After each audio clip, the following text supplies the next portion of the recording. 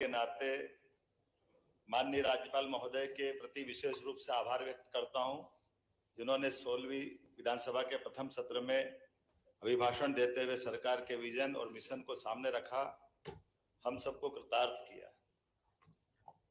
माननीय महोदय, अयोध्या, मथुरा, माया, काशी, कांची, अवंतिका, पुरी, द्वारा, वतिष्ठ, सप्तैते मोक्षदायक, ऐसी 7 दुनिया की पवित्रतम नगरियों में से एक नगरी अवंतिका है। हमारा सौभाग्य, ऐसी नगरी के हम इस राज्य के निवासी भी हैं और मैं वहां से आता हूं, जिसका कभी अंत नहीं हुआ। ऐसी अवंतिका की इस नगरी के एक सामान्य से मील मजदूर के परिवार के बालक को ये केवल भारतीय जनता पार्टी ही कर सकती है, जिसने एक छोटे से मजदूर परिवार के बच्चे को ला करके मुख्यमंत्री के पद तक पहुंचाया। मैं अपने सभी राष्ट्रीय नेतृत्व का, सभी वरिष्ठ नेताओं का आभार भी मानता हूं। हमारे सभी लोकतंत्र की ये खूबसूरती है और न केवल मैं, ये वर्तमान का लोकतंत्र गौरवान्वित होगा जो यशस्वी प्रधानमंत्री के रूप में एक चाय बेचने वाले परिवार से निकल करके देश के प्रधानमंत्री बनाते हैं और एक मील मजदूर के परिवार को उठाकर मुख्यमंत्री बनाते हैं। कांग्रेस के पास इसका अभाव है। ये सर्वथा इस मामले में केवल एक परिवार, वो भी धनी परिवार, जिसके कपड़े भी प्रेस करने के लिए लंदन जाते हैं, ये उस परिवार के लोग गरीबों की क्या बात करेंगे, क्या समझेंगे। मैं आज इस बात को करने आया हूं। मेरे मन में श्रद्धा है इस बात की कि लोकतंत्र की खूबसूरती है। कांग्रेस हो, बीजेपी हो, हम और आप परमात्मा की दया से लाखों लाख लोगों की आशाओं के केंद्र, 8 करोड़ से ज्यादा ये हमारा परिवार है मध्य प्रदेश। उस परिवार से सबकी आशा अपेक्षा के आधार पर जनता के बीच अपना एजेंडा लेकर के जाते हैं और जनता हमारे उस एजेंडे पर मोहर लगा करके सरकार गठन के लिए हमारा मार्ग प्रशस्त करती है। लेकिन हम अहंकार के धनी नहीं है, हम उस विनम्रता के सेवक है जिसके माध्यम से भविष्य की कोई नई इमारत खड़ी करने के निकले और हम उसका सबका सहयोग ले। मुझे इस बात की प्रसन्नता है, जिस बात को मैं कहने के लिए खड़ा हूं, मेरे सभी मित्रों ने, पक्ष हो विपक्ष हो, मैं इस बात के लिए आनंदित हूं कि आज अपने यहाँ जिस कुर्सी पे आप विराजमान है, मुझे मालूम है कि आज आसंदी पे जो विराजमान है उनका कितना विराट व्यक्तित्व है। हमने कल उनका निर्वाचन किया है। माननीय अध्यक्ष महोदय, हम सब इस बात को जानते हैं कि जिस छोटे से परिवार के साथ पार्षद के रूप में आपने ये राजनीतिक यात्रा चालू की, उसके पहले विद्यार्थी नेता के नाते से छोटे से गांव से आकर के भारत सरकार के लोकप्रिय और सबसे बड़े मंत्रालय में आपने सफलता से काम किया। कई बार हमारे अपने ही सदन के भी आप मंत्री रहे, प्रदेश के कई बार अध्यक्ष रहे। आपके नेतृत्व में प्रदेश ने इस बार फिर संगठन का आधार पर चुनाव लड़ा और अभी आपने, यही भारतीय जनता पार्टी की विशेषता है। मैं आभार मानता हूं आपका इस विनम्रता का भी, और ये बात हम सबके लिए अत्यंत आनंद की है कि मेरी सरकार आपकी इस छत्र छाया में अपने विकास के कदम बढ़ाएगी और हम सब आपसे समय समय पे, चाहे पक्ष हो या विपक्ष हो, आपसे हम आश्रय भी चाहेंगे कि हमारे द्वारा किए गए कामों पे आपके मार्गदर्शन में हम और नई ऊंचाइयां प्राप्त करें। इस चर्चा के इस सत्र में माननीय कैलाश जी विजयवर्गीय, वास्तव में आपने सही कहा भाई साहब, चाहे कैलाश जी हो, चाहे प्रहलाद जी हो, चाहे राकेश जी हो, चाहे गोपाल भार्गव जी हो, हमारे इधर सामने से भी रामनिवास रावत जी हो, हमारे अपने सारे, मैं तो कितना सौभाग्यशाली हूँ। 2 विधानसभा के पूर्व अध्यक्ष मेरे इस सदन के साथ में, डॉक्टर सीता शरण शर्मा जी, गिरीश गौतम जी, हम सब इतने आनंद में हैं, क्या नए क्या पुराने, सभी प्रकार के। मैं सभी का अलग अलग एजुकेशन, मेरे एजुकेशन की बात की है, मैं इस बात के लिए भी आनंदित हूँ कि यहाँ पर जो अधिकांश सदस्य जिनकी अपनी शैक्षणिक योग्यता और शैक्षणिक योग्यता से ज्यादा उनकी राजनीतिक योग्यता भी इस लायक है कि इस सदन को वो गौरवान्वित करेंगे। मैं आप सबका भी अभिनंदन करता हूँ। आज के इस चर्चा सत्र में माननीय रामनिवास रावत जी, बाला बच्चन जी, जो पूर्व नेता प्रतिपक्ष रहे, पता नहीं किस कारण से बालाजी आपका नंबर नहीं आया, मेरे आप खास मित्र हो, लेकिन उमंग जी भी आपके ही साथी है, पर मैं उम्मीद करता हूं कि आपके अंदर के दलों में, जैसे हमारे यहाँ तो थोड़ा ध्यान रखते हैं अगली पीढ़ी का, आप ठोकर खाने के बाद ध्यान रखते हैं। मैं उम्मीद करूंगा अगली बार हमसे सीखेंगे, क्योंकि ये जो व्यवस्था है, मैं उमंग जी आपके धन्यवाद अदा कर रहा हूँ। मैंने तो प्रारंभ में भी कल अपनी बात कही थी कि हम और आप सब मिलकर के, ये जो दुनिया का सबसे युवा देश अगर भारत है और दुनिया के सबसे युवा देश को सबसे अगर आगे जाना प्रधानमंत्री के नेतृत्व में, तो निश्चित रूप से युवाओं को आगे लाने की आवश्यकता है। ये अलग बात है कि हमने नंबर मारा और हमने परमात्मा की दया से जनता के बीच गए, जनता ने हमारे निर्णय को मोहर भी लगाई और आपने ठोकर खाने के बाद किए। लेकिन आपकी पार्टी का एक रिकॉर्ड गलत है। अरुण यादव जी से पूरे टाइम काम करवा लिया, मौका आया तो फिर अरुण यादव जी पता नहीं कहां चले गए और फिर कमलनाथ जी, दिग्विजय सिंह जी आ गए। तो ये जो परंपरा है इससे आपको नुकसान होता है। मैं तो आपकी बात कर रहा हूँ, मैं अरे इतिहास है, खाली अभी आपकी बात हुई तो अपन आनंद लेने के लिए सुन रहे हैं, लेकिन ये बात तो सही है, इतिहास को कोई नकार नहीं सकता। वाला भी आपके साथ तो बहुत अन्याय हुआ, अरे आपके साथ तो इतना अन्याय है तो पूछो मत। आप नेता प्रतिपक्ष करके लड़ते रहिए, अरे आप तो लड़ते रहिए नेता प्रतिपक्ष करके, और मुख्यमंत्री का मौका आया तो कमलनाथ जी ले गए। तो मैं आपकी भावना से सहमत हूँ, आपसे मैं सहमत हूँ, मैं आपके साथ हूँ। मैंने पहले ही कहा, आपने इस व्यवस्था के आधार पे हम अपनी अपनी बात कर रहे हैं। मैं आज इस बात को लेके चलना चाहता हूँ। मैं अभी अपने सारे अलग अलग विभागों के बारे में बात हुई, यद्यपि ये बात सही है कि एजेंडे को बात करी, मैं आपके बीच गर्व से कह सकता हूँ कि भारतीय जनता पार्टी का संकल्प पत्र यह हमारे लिए अपनी पवित्र धर्म ग्रंथ की तरह है, ये गीता रामायण की तरह है। एक एक अक्षर से 5 साल तक हम अपने इस एजेंडे को लेकर आए सरकार बनाने के लिए। 1 महीने की सरकार के लिए नहीं है, ना 13 महीने की सरकार के लिए। और हम और आप 5 साल बाद बात करेंगे कि आप और हमने जो निर्णय किए थे, अपने संकल्प पत्र को लेकर आगे बढ़े थे, तो हम किस रूप में आगे बढ़े। मैं आज आपके लिए खास करके 2-3 चीजें आपके सामने बताना चाहूंगा कि राज्य सरकार होती है मूलभूत सुविधाओं के लिए, उस पर भी हम काम कर रहे हैं, लेकिन सरकार अपने प्रदेश का मान, देश का मान और भारतीय सनातन संस्कृति का मान दुनिया में बढ़े, इसके लिए भी काम करने की आवश्यकता है। और मुझे इस बात की प्रसन्नता है, ऐसे कई विषयों को लेकर के जब से हमारी सरकार बनी, ऐसे कई एजेंडों को लेकर हम आगे चल रहे हैं।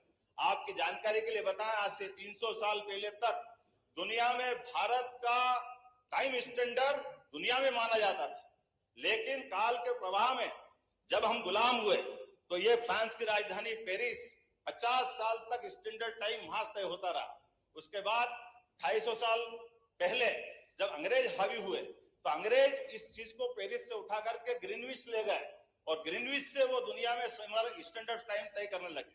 अब ये आप अंदाज लगा ले, कहने के लिए हम पूर्व के देश है, वो पश्चिम के देश है, और ये जो समय की गणना का केंद्र है, आप कभी अंदाज लगा लो आज भी कितनी बड़ी विसंगति है। आप उमंग भाई बताइए, यहाँ दुनिया में 2 प्रकार के ही प्राणी पाए जाते हैं। एक प्राणी जो सूर्यास्त से अपनी दिनचर्या चालू करते और अपने सूर्यास्त के बाद अपने सूर्योदय से चालू करते, सूर्यास्त में खत्म करते।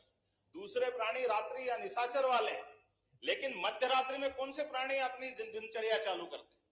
ये मध्य रात्रि में 12 बजे दिन बदलेगा, इसका कौन सा स्टैंडर्ड, ये कौन सा पैमाना है? लेकिन ये वो पैमाना है जिस पैमाने को मैं थोड़ा सा आपके सामने बताना चाहूंगा। ये वो पैमाना है जिसके माध्यम से भारतीय संस्कृति को लज्जित करने का प्रयास किया। मैं अभी अपने विषय पे आ रहा हूं भैया, अभी खत्म नहीं कर रहा हूं, आपको भी मौका दूंगा, आप अपनी आंखों से जाके देखना। 21 जून और 22 दिसंबर दिन के 12 बजे उज्जैन की ऑब्जर्वेटरी में जाना। एक शंकु यंत्र है, 300 साल पहले बना है और आधुनिक साइंस की दृष्टि से जीपीएस है फिजिक्स का बना हुआ, जहां से आप डिसाइड कर सकते हैं कि दुनिया का सेंटर पॉइंट कौन सा है। आपको गर्व होगा वो उज्जैन और डोंगला है, जहां पे 23.26 अंश मिलेगा। लेकिन ये हमारे आधुनिक साइंस के आप उपकरण भी बता रहे हैं जो हजारों साल से हमारे पूर्वज जानते थे। ऐसे गौरवशाली चीज को हम विस्मृत करके केवल पश्चिमानुकरण जो करने लगे, उस काल के प्रवाह के चक्र को बदलते हुए उस ऐसे रहस्यों को भी सबके सामने लाने का काम हमारी सरकार कर रही है। इसलिए वो पुरानी ऑब्जर्वेटरी जो राजा जयसिंह के समय बनाई हुई थी, 5 ऑब्जर्वेटरी, लेकिन एक नई ऑब्जर्वेटरी साइंस टेक्नोलॉजी विभाग के माध्यम से हम बना रहे हैं, जिसको आईआईटी के बच्चे रिसर्च करने जाएंगे, आईआईएम के बच्चे रिसर्च करेंगे। मध्य प्रदेश के 16 विश्वविद्यालय से 10 से ज्यादा विश्वविद्यालयों ने फिजिक्स के माध्यम से वहां एमओयू किया है और वो रिसर्च कर रहे हैं कि हाँ ये बात सही है कि हमारे लिए अगर स्टैंडर्ड टाइम की तय होगी बात। और एक और जानकारी आपको बता दूं, ये जो विषय हमने रखा है, इस विषय में कई मामलों में हमारे एशिया के कई देशों से संबंध 19 से 20 से हो सकते हैं, लेकिन वो सारे के सारे देश दक्षिण एशिया सहित, चाहे चाइना हो, चाहे पाकिस्तान हो, अफगानिस्तान हो, ये सारे लोग मानते हैं कि स्टैंडर्ड टाइम की तय करने की अगर बात होगी तो भारत पे ये बात जाएगी और भारत में उज्जैन का वो मान बढ़ेगा, भारत का मान सम्मान बढ़ेगा। ये जो हमने कहा कि सरकार के माध्यम से क्या संबंध है, तो सरकार ने वो ऑब्जर्वेटरी खड़ी की है और एक नया प्रस्ताव सरकार के माध्यम से दे रहे हैं कि भविष्य के जैसे IIT सैटेलाइट टाउन उज्जैन में इंदौर का विस्तारीकरण करेंगे, जिसके माध्यम से ऐसे भविष्य के ऐसे कई विषय भी, जैसे बाबा महाकाल की नगरी, ये केवल धर्म की नगरी नहीं है, ये ज्योग्राफिकली फिजिक्स की नगरी भी है, भूगोल की नगरी भी है, ज्ञान की नगरी भी। आप अंदाज लगा लो कि 2000 साल पहले जो आर्यभट्ट ने हमारा अक्षांश देशांश निकालने वाला जो यंत्र, आप मान के चले, अगर अपना हवाई जहाज उतारना है आपको आज भी, तो आप बताइए जैसे हवाई जहाज ऊपर उड़ेगा तो लगभग 1 लाख मीटर प्रति घंटे की गति से पृथ्वी घूमती है, वो वापस मुकाम पे आने के लिए अक्षांश देशांश की जरूरत पड़ेगी। ये सिद्धांत अगर किसी ने खोजा है तो आर्यभट्ट ने खोजा है। ये गौरवशाली पक्ष हमारा सबके बीच में आना चाहिए। मैं अभी यार आपके बीच में आ रहा हूँ, ये इसलिए कह रहा हूँ कि आपको लगेगा कि ये पंथी बातें हैं। अगर आपको कुछ बात कहना तो जरूर पूछ सकते हैं। माननीय अध्यक्ष, दिल्ली से प्लेन यहाँ बुलवा नहीं, माननीय अध्यक्ष, बहुत अच्छा सुझाव है माननीय मुख्यमंत्री जी का। क्यों ना अपन अपना समय चेंज कर ले प्रदेश का, सब उसके बाद फॉलो करते रहेंगे अपन। यही मानसिकता ने पीछे करा है। अच्छी बात, मैं आपके सामने बता रहा हूँ, अभी आपको बताता हूँ ये समय कैसे तय होता है। ये समय मेरे तुम्हारे कहने से स्टैंडर्ड टाइम यहाँ तय नहीं होता है। ये समय होता है फिजिक्स से, विज्ञानियों के माध्यम से। और इसकी, अरे एक मिनट जरा बाला भाई सुनो तो सही, अभिभाषण पर आ जाइए मध्य प्रदेश। अरे भाई जब हमारी बात आ रही है, या आपकी बात को तो हमने रोका नहीं। जब नेता प्रतिपक्ष बोले थे, हमने सबने सुना, तो हम भी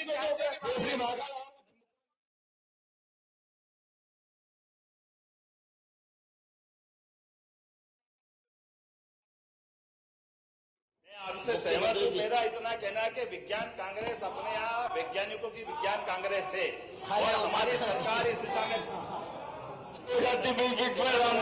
रुकना। भारतीय विज्ञान कांग्रेस के माध्यम से अंतर्राष्ट्रीय कांग्रेस करा करके स्टैंडर्ड टाइम कहाँ से तय होना चाहिए, इस दिशा में भी काम अपनी सरकार साइंस टेक्नोलॉजी विभाग के माध्यम से कर रही है। और अगर वो तय करेगी तो निश्चित रूप से इसमें बदलाव आएगा।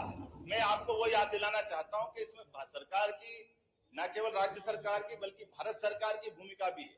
और भारत सरकार ये अंतर्राष्ट्रीय स्तर पे काम करेगी, लेकिन इसके लिए प्लेटफॉर्म बनाने का काम अपनी सरकार कर रही है और अपने विभाग कर रहे हैं।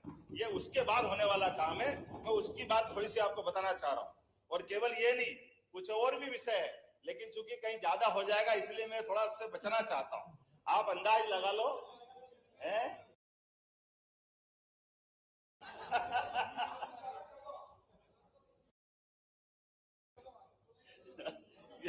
थोड़ा सा अब मैं इसकी बात इसलिए कर रहा हूं अपने बीच में से।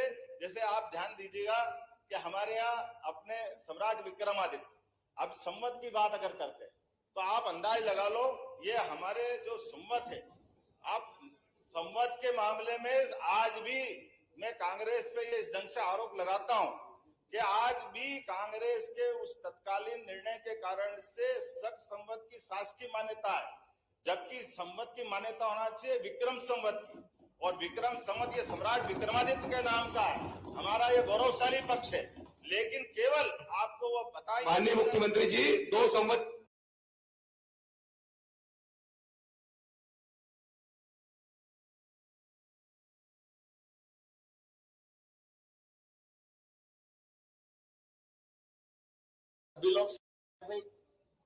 देखिए, मैं आपके मुख्यमंत्री जी स्मरण करना कि जब हो रहा है तो हम लोगों को बोला शांति नहीं, से सुनना चाहिए। इसलिए उम्मीद ये कर रहा हूं कि आप भी अपने सबके इस बीच में से जो इसका वक्तव्य आए, आप उस बात में जरा आपको लगता है कि बाद में भी बात कर सकते तो जो मेरे से बात कर लीजिएगा, मैं तैयार हूं।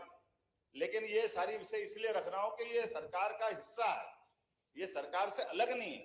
मैं जो भी बात रख रहा हूं उसमें प्रत्येक चीज में सरकार इन्वॉल्व है। सरकार की मदद के बाद वो चीज खड़ी हुई, उसमें कुछ भी अलग से नहीं। इसीलिए जैसे मैंने विक्रमादित्य की बात कही, अभी अयोध्या की बात करें तो अयोध्या भी विक्रमादित्य पे जाके टिकेगी।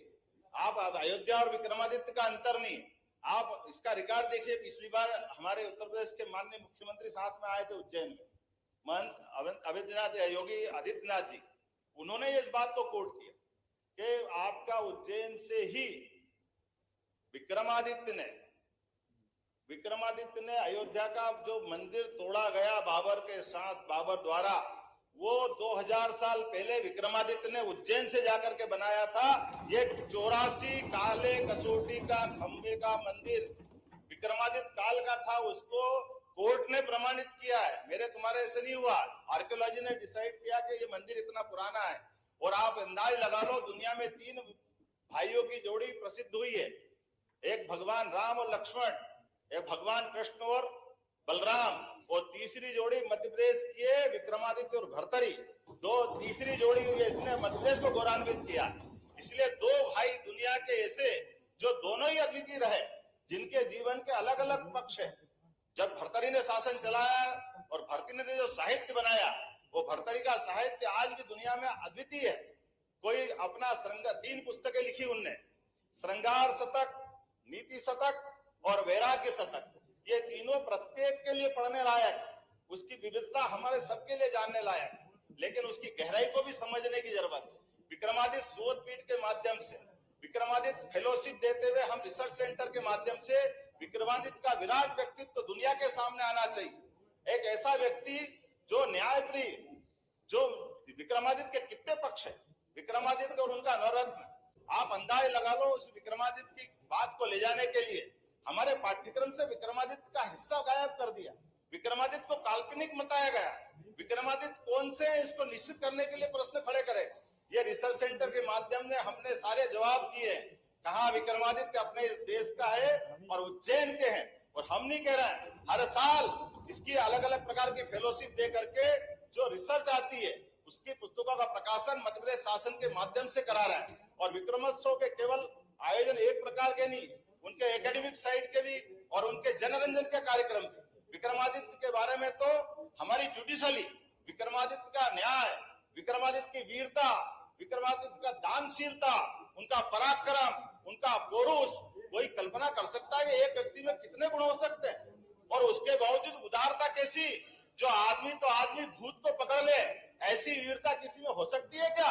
ये केवल एक आदमी में हो सकती है जिसको विक्रमादित्य करके जानते हैं। मैं आज इस बात के लिए आनंदित हूँ।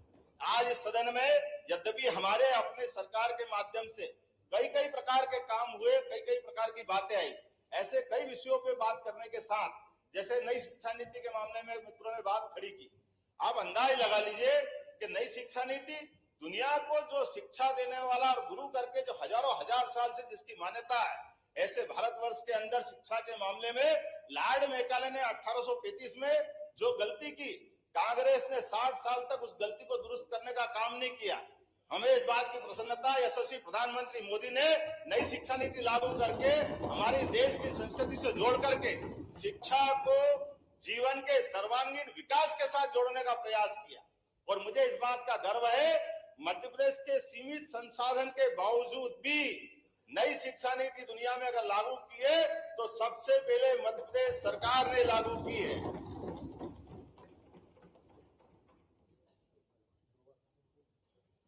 अपनी नई शिक्षा नीति के बारे में अगर सरकार के इस विषय को मैं अगर सदन में रखता हूं तो आप सबके लिए भी ये विषय अच्छे रहेगा, आप भी बात करेंगे कि आप हमारे अपने महाविद्यालय के अंदर अगर पढ़ना चाहे आप तो कोई एज लिमिट नहीं है। पोता, पिताजी, दादाजी, जिनको एडमिशन लेना वो सब एडमिशन ले सकते हैं, कोई बंधन नहीं है। एक आदमी 2 डिग्री लेना चाहे 2 डिग्री ले सकता है, कोई बंधन नहीं। हमारे कोर्स की डिजाइन भी बीए, बीकॉम, बीएससी से बदल करके, कोई साइंस का व्यक्ति इच्छा रखे कि मैं एक आर्ट्स का सब्जेक्ट पढ़ना चाहता हूं तो वो आर्ट्स का पढ़ सकता है। और ऐसे कई प्रकार के कोर्स, जिन कोर्स के बलबूते पर हमको अपने जीवन के मार्ग तय करना, जीवन की दिशा तय करना, वो हम कर सकते हैं। ऐसे सारे विषयों को लेकर नई शिक्षा नीति बहुत बड़ा रोल अदा कर रही। इस नई शिक्षा नीति को मामले को लेकर के कभी मौका पड़ेगा अध्यक्ष महोदय तो आप एक विशेष सत्र बुलाएं और अपन इस पे खुल करके चर्चा करें, क्योंकि नई शिक्षा नीति के क्रमशः 3रे वर्ष में हमने प्रवेश किया और अंतिम वर्ष में प्रवेश करते करते ऐसे फालतू के कई बंधन हम खत्म करेंगे, जिन बंधन के आधार पर केवल कागज की डिग्री लेने के लिए विद्यार्थी प्रेरित होते थे। कागज की डिग्री के बजाय जो डिग्री मिले उससे जीवन में सार्थकता आए, जीवन में उसका उपयोग हो। इसीलिए हमारी अपनी सरकार ने अपनी सरकार की पहली बैठक में हमने एक निर्णय लिया कि सभी प्रकार के कोर्स एक जिले में कम से कम एक ऐसा कॉलेज एक्सीलेंस खोले जिसमें पढ़ने का मौका मिलेगा। तो 52 ही जिलों में हमने 52 एक्सीलेंस, और जो सरकारी 55 हुए तो उसको बढ़ा के 55 तक ले जाएंगे, एक्सीलेंस कॉलेज में ले जाएंगे। इसी में निर्णय लिया है कॉलेज किस प्रकार के होंगे। कॉलेज सर्व सुविधा युक्त होंगे, जिसमें खेलने का मैदान, हॉस्टल, सभी प्रकार के पाठ्यक्रम को पढ़ने की गुंजाइश, उसी में ई लाइब्रेरी, और इसी के साथ साथ बस की व्यवस्था भी रहेगी। 20 किलोमीटर के रेडियस में जाकर के बच्चों को अपने ही महाविद्यालय में आने के लिए किसी और पे निर्भर नहीं रहना पड़ेगा। हमने इसी में दूसरी व्यवस्था की, डिजी लॉकर की। हमारे बच्चे जो अपनी मार्कशीट को, स्थानांतरण सर्टिफिकेट को लिए घूमते थे, अब डिजी लॉकर के माध्यम से मध्य प्रदेश देश का ऐसा पहला राज्य बना है जिसको कोई पत्र अलग से कोई पेपर ले जाकर के ले जाने की जरूरत नहीं। वो सारी की सारी सुविधाएं वो सबके लिए उपलब्ध रहेगी। हमारी सरकार ने तीसरा निर्णय लिया कि रजिस्ट्री करने के बाद आपको अलग अलग हमारे पटवारियों के चक्कर लगाने की जरूरत नहीं है।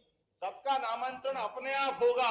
1 जनवरी से जो लागू होगी व्यवस्था, ताकि बीच का ये जो अव्यवस्था है या अव्यवस्था हम खत्म करने वाले।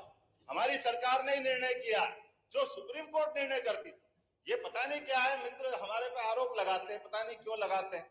सुप्रीम कोर्ट निर्णय करती, सुप्रीम कोर्ट से बड़ी कोई ताकत नहीं है, लेकिन सुप्रीम कोर्ट के निर्णय को लागू कराने की कभी आपके मित्रों, आपके पूर्ववर्ती सरकार में हिम्मत नहीं रही। सुप्रीम कोर्ट ने निर्णय किया 3 तलाक खत्म कर दो, आपकी सरकार ने उस फैसले को लोकसभा में बदल दिया। ये आपकी दुर्भाग्यपूर्ण व्यवस्था है। हमारी सरकार ने 40 साल पहले पुराने लिए 3 तलाक के निर्णय को भी माननीय मोदी जी के नेतृत्व में बदल के रख दिया कि सरकार होती निर्णय लागू कराने के लिए। अगर निर्णय अच्छा है, सुप्रीम कोर्ट का निर्णय है, जनहितैषी है, महिला हितैषी है, वो निर्णय क्यों लागू नहीं होना चाहिए? डंके की चोट लागू कराने के निर्णय हमारी सरकार ने निर्णय किया है। आपके मामले में राम मंदिर के मामलों को कितने प्रकार से उलझाया गया, कितने प्रकार से लटकाया गया, ये आपकी सरकार थी। और हमारी सरकार ने, सुप्रीम कोर्ट ने निर्णय लिया राम मंदिर वही बनेगा, तो डंके की चोट राम मंदिर के मामले में सरकार ने निर्णय लिया। माननीय मोदी जी स्वयं वहां उपस्थित हुए और हमारी सरकार ने राम मंदिर बनने का मार्ग प्रशस्त किया। और मुझे इस बात की प्रसन्नता है, हमारी इस मध्य प्रदेश सरकार ने निर्णय लिया है कि राम भक्तों पे जहां जहां गोलियां चली थी बाउंड्री पर, जहां जहां पास के राज्य में जिनकी आपके पीछे से सपोर्ट थे, उन सरकारों को हमारे लोगों को गोलियों से भूना गया था, कार सेवकों को अपमान किया गया था। हम फूल बिछाएंगे आनंद के साथ। 22 जनवरी को पूरी सरकार स्वागत करेगी, मध्य प्रदेश सरकार, राम भक्तों का, राम दर्शन करने जाने वालों का।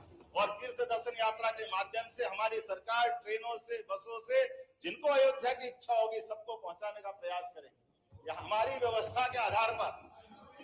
अरे हम तो सबका स्वागत करेंगे, हमको मालूम है। अब सब चले, अब क्या दिक्कत है? भगवान राम के लिए हमको मालूम है, लेकिन राम कैसे हैं?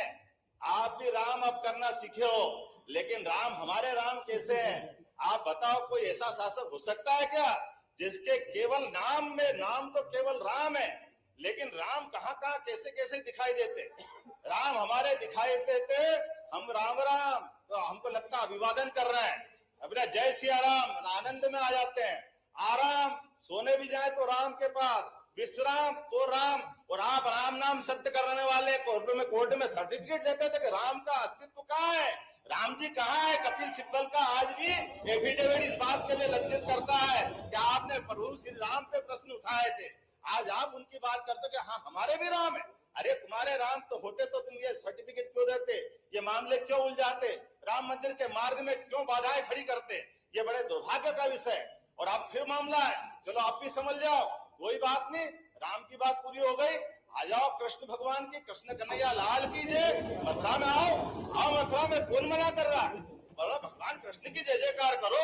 ये हमारी सरकार है मध्य प्रदेश के अंदर। भगवान कृष्ण के जहां जहां पांव पड़े, जहां जहां लीला रची है, चाहे अपना उज्जैन जहां उन्हें 64 कला 14 विद्या सीखी, या आपका धार का पास का अमझेरा जहां रुक्मी के साथ उनका युद्ध हुआ, या जाना पाओ इंदौर के पास की वो पहाड़ी जहां परशुराम जी भगवान को सुदर्शन चक्र देते हैं, वो सारे स्थान तीर्थ के रूप में डेवलप करेंगे। ये हमारी सरकार का निर्णय है। हम इन सारे निर्णयों के लिए सरकार में आए हैं, हम ये कोशिश कर रहे हैं। माननीय अध्यक्ष महोदय, राज्यपाल का अभिभाषण और मुख्यमंत्री जी बोल रहे हैं, क्या है अभिभाषण? इसमें है अभिभाषण में कहा है?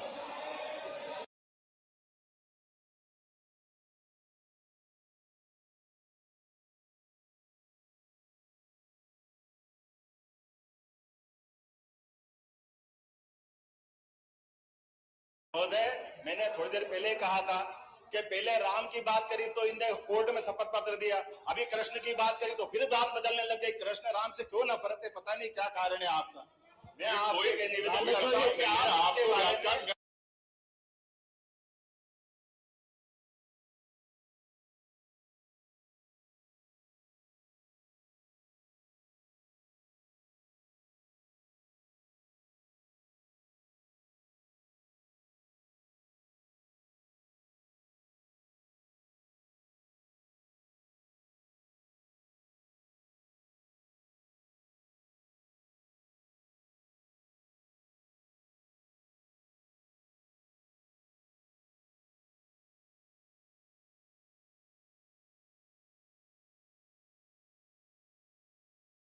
तो है, मैं बताना चाहता हूं। अरे हमने तो कहा सबका, कपिल सिब्बल किसके थे? कपिल सिब्बल किसके थे? कपिल सिब्बल किसके थे? वेणुगोपाल किसके थे? कांग्रेस के सारे महासचिव क्यों शपथ पत्र देने गए? भगवान राम के मामले में, राम सेतु के मामले में, ये सारे सुप्रीम कोर्ट के अंदर दस्तावेज क्यों लगाए? अब हमने थोड़ी लगाए, हम तो हमेशा उसकी बात करने गए।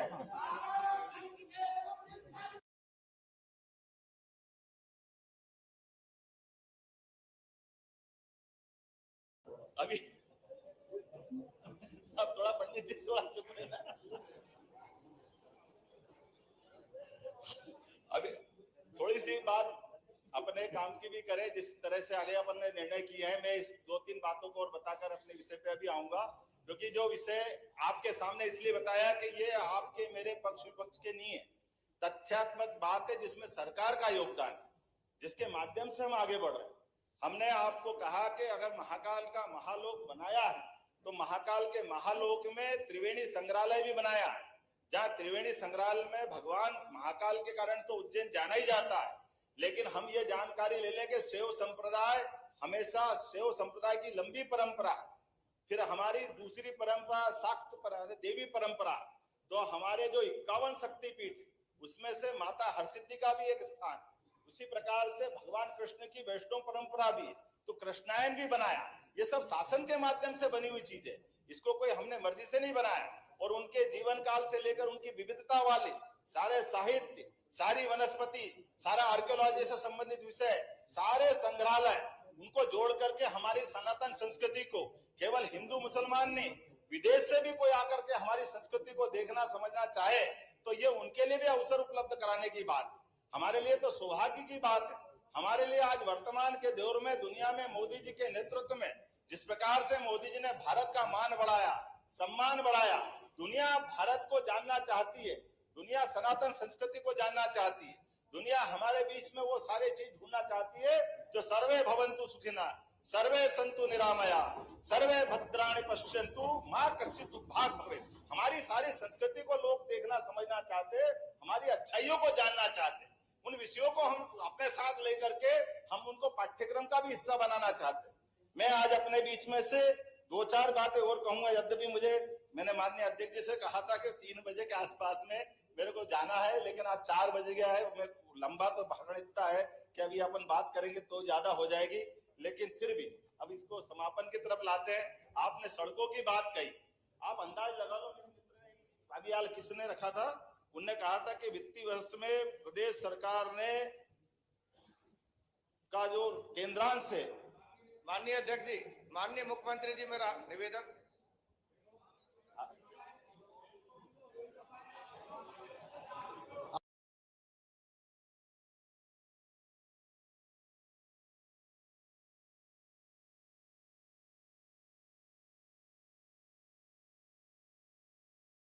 जी के मामले में तो कौन जान सकता कांग्रेस से ज्यादा।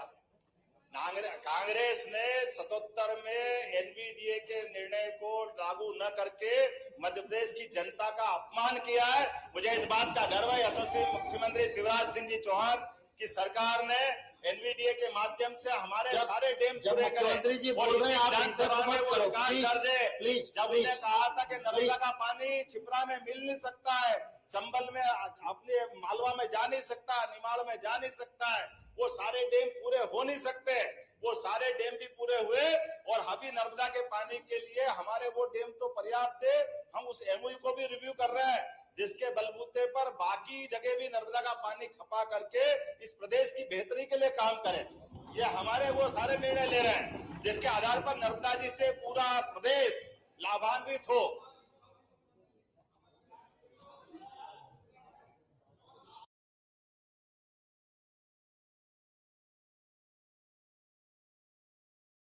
चिंता मत करो, आप जो कहोगे बिल्कुल करें, बस आपका पक्ष गलत है, जो आ जाओ तो और ज्यादा करेंगे। मैं माननीय बाला बच्चन जी ने एक विषय उठाया, आपने कहा पहले केंद्र सरकार 75% राशि देती थी, अब घट करके 60% हो गई। आपकी जानकारी के लिए बता दूं, पहले वास्तविक स्थिति 75% को घटा करके 60% इसलिए किया गया कि केंद्रीय राज्य में राज्य का हिस्सा केवल 32% था, जबकि अब ये बढ़ करके 42% हो गया। ये केंद्र सरकार ने हमारा राज्यांश बढ़ाया, कम नहीं किया। इसी प्रकार से कई और मद हैं जिन मदों को मैं उल्लेख करूंगा तो लंबा हो जाएगा, लेकिन प्रत्येक मद में भारत सरकार में यशस्वी मोदी जी ने अपनी राशि को 3 गुना 4 गुना किया। कुल मिला के राज्य बजट का आधे से ज्यादा हिस्सा इसी प्रकार से हमारी योजनाओं के माध्यम से मिल रहा है। इसी कारण से हमारा ये बजट बढ़ करके पर्याप्त रूप से सारी योजनाओं को पूरा करने वाला हुआ। कुछ विषय अपने बीच में आए, कोई योजना पूरी नहीं होगी, बंद हो जाएगी, ये अनावश्यक डर है। माननीय अध्यक्ष महोदय, कोई लाडली लक्ष्मी योजना से लगा करके सारी योजनाएं, कोई योजना बंद नहीं होगी, सारी योजनाओं के लिए पर्याप्त धनराशि हमने रखी है। इसी प्रकार से गैस कनेक्शन की बात है, गैस कनेक्शन की राशि भी सभी को बराबर मिलेगी, किसी की कोई राशि नहीं कटेगी। अगर इन्होंने बोला योजना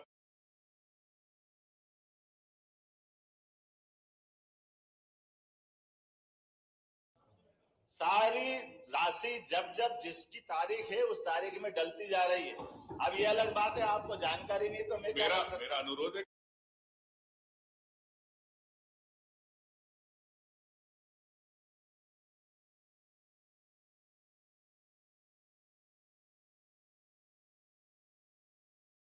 बन सकता है, इसमें भी एक बना दे। अरे एक मिनट, हाँ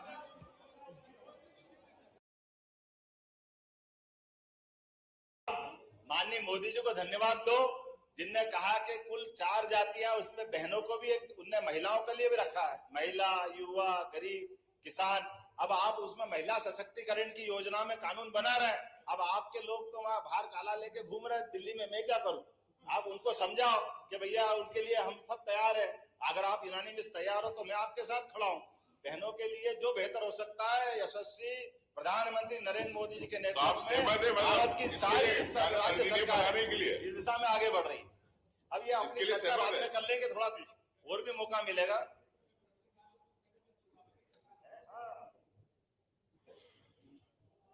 डबल इंजन सरकार का चमत्कार क्या होता बताना चाहूंगा कि मध्य प्रदेश से बीमारू राज्य का कलंक हटा। 5 लाख किलोमीटर से अधिक लंबाई की चमचमाती सड़कें अगर बनी है तो केवल डबल इंजन सरकार के कारण बनी।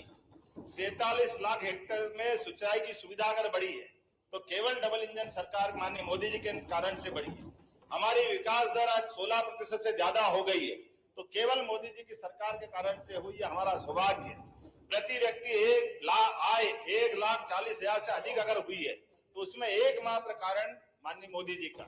और एक और बात, आपने कहा सिंहस्थ का, हाँ सिंहस्थ होगा, ये तो भगवान ने हमको सौभाग्य दिया। जब जब सिंहस्थ होता है केवल एकमात्र कारण भाजपा की सरकार बनती है या पूर्ववर्ती सरकारें बनती है, और सिंहस्थ को हर पुराने सिंहस्थ से ज्यादा अच्छे से कराने का हमारा ही उस मामले में योगदान रहता है।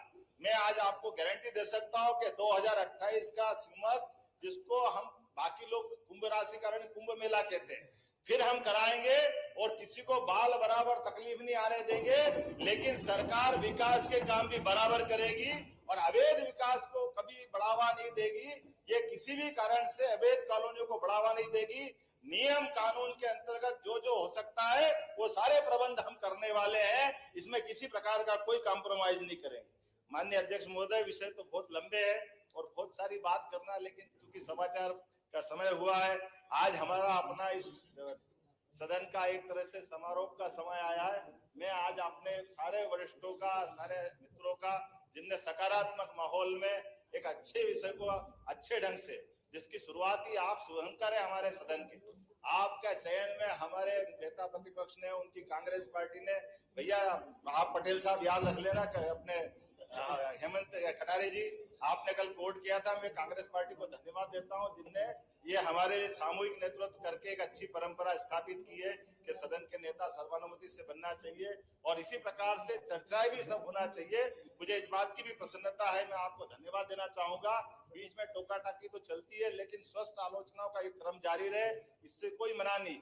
हमारे मनभेद नहीं होना चाहिए, मतभेद हो सकते हैं। सरकार की आलोचना करने का आपको अधिकार है, आप जरूर आलोचना करें, लेकिन जो सरकार अच्छा करे उसमें रचनात्मक सहयोग आप भी दें, मैं आपसे अपेक्षा करता हूं। और ये पूरे समूचे सत्र के एक तरह से, चूंकि ये पहला हमारा राज्यपाल का अभिभाषण था, अभी तो सरकार ने अपनी आंख भी नहीं खोली है, लेकिन धीरे धीरे कदम बढ़ाएगी और ताकत पाएगी। आपका सबका सक्रिय सहयोग मिलता रहेगा। इसी अपेक्षा के साथ माननीय अध्यक्ष महोदय, बहुत बहुत धन्यवाद।